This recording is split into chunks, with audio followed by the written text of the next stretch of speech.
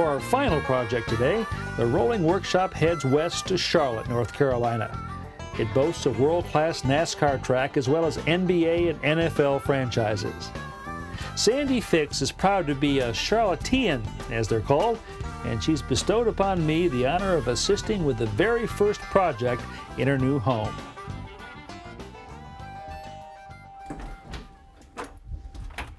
Hi, Ron. Nice to meet you. Come on inside. Welcome. Thank you very much.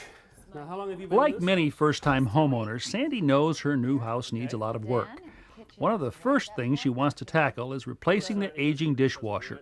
It's noisy and just doesn't work the way it should anymore. It kind of sounds like there's a little mouse in there running. There's a mouse in here? Yes. Oh, yes. Okay.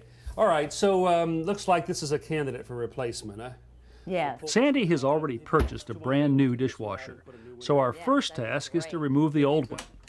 We start by turning off the power at the breaker box, and then taping down the switch so no one will come along and accidentally turn it on again.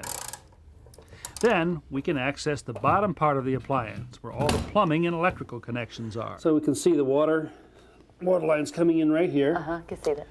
The electrical is coming in right here. And then the drain is this big hose here. So what I want to do is, we've got the power off. I want to turn off the water so we can disconnect this. Okay. All right. After shutting off the water supply, our next job is to disconnect the electrical lines. We test the wires to make sure they're not live before we go ahead and cut them. They're not. Now we're ready to move on to the plumbing. Okay, Sandy, slip this pan under there. We may get a little bit of water leaking out. Okay. Sandy loosens up the connection on the water line using one of my favorite tools, the basin wrench.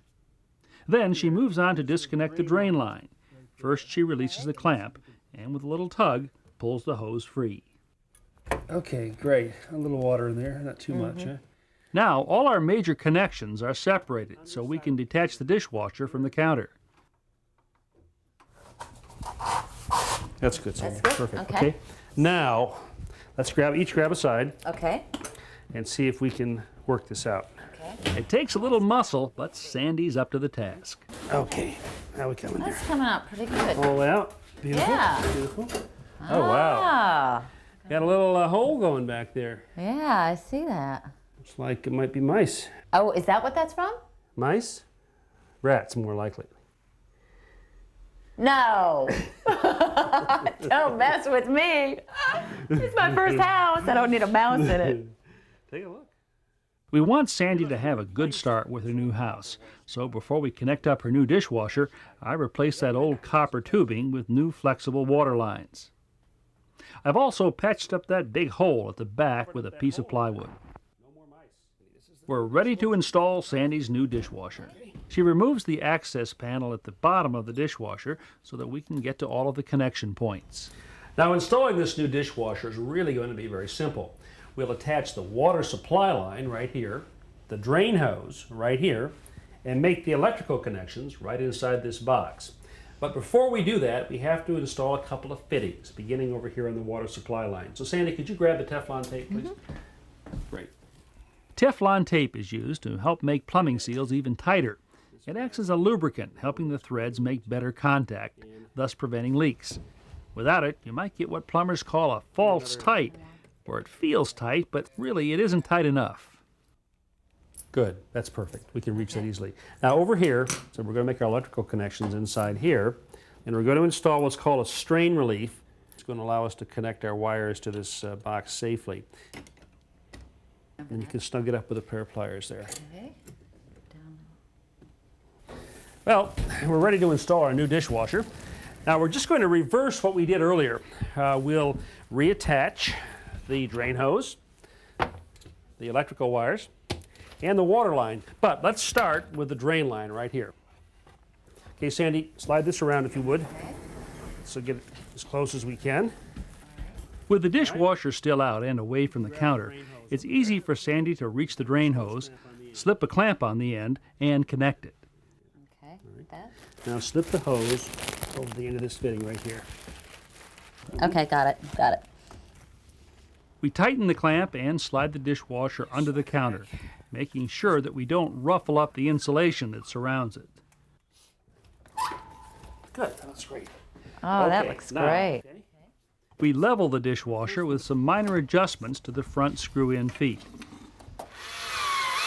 There are 2 mounting tabs at the top of the dishwasher. We use these to secure it to the bottom edge of the countertop. Beautiful. Woohoo! That's it. Back on the floor, Sandy reconnects the water supply line, making sure the nut is wrench tight. Then we move on to the final reconnection, the electric wires. Okay. Here we Keep go. going. Yeah. Okay, they're on your left side now, so see if you can tighten them up with that. Okay. We strip the wires, leaving about 1/2 inch exposed, then connect them according to the manufacturer's instructions. The last thing we do is replace the cover on the electrical box. Now we can reinstall the access panel. Goes here.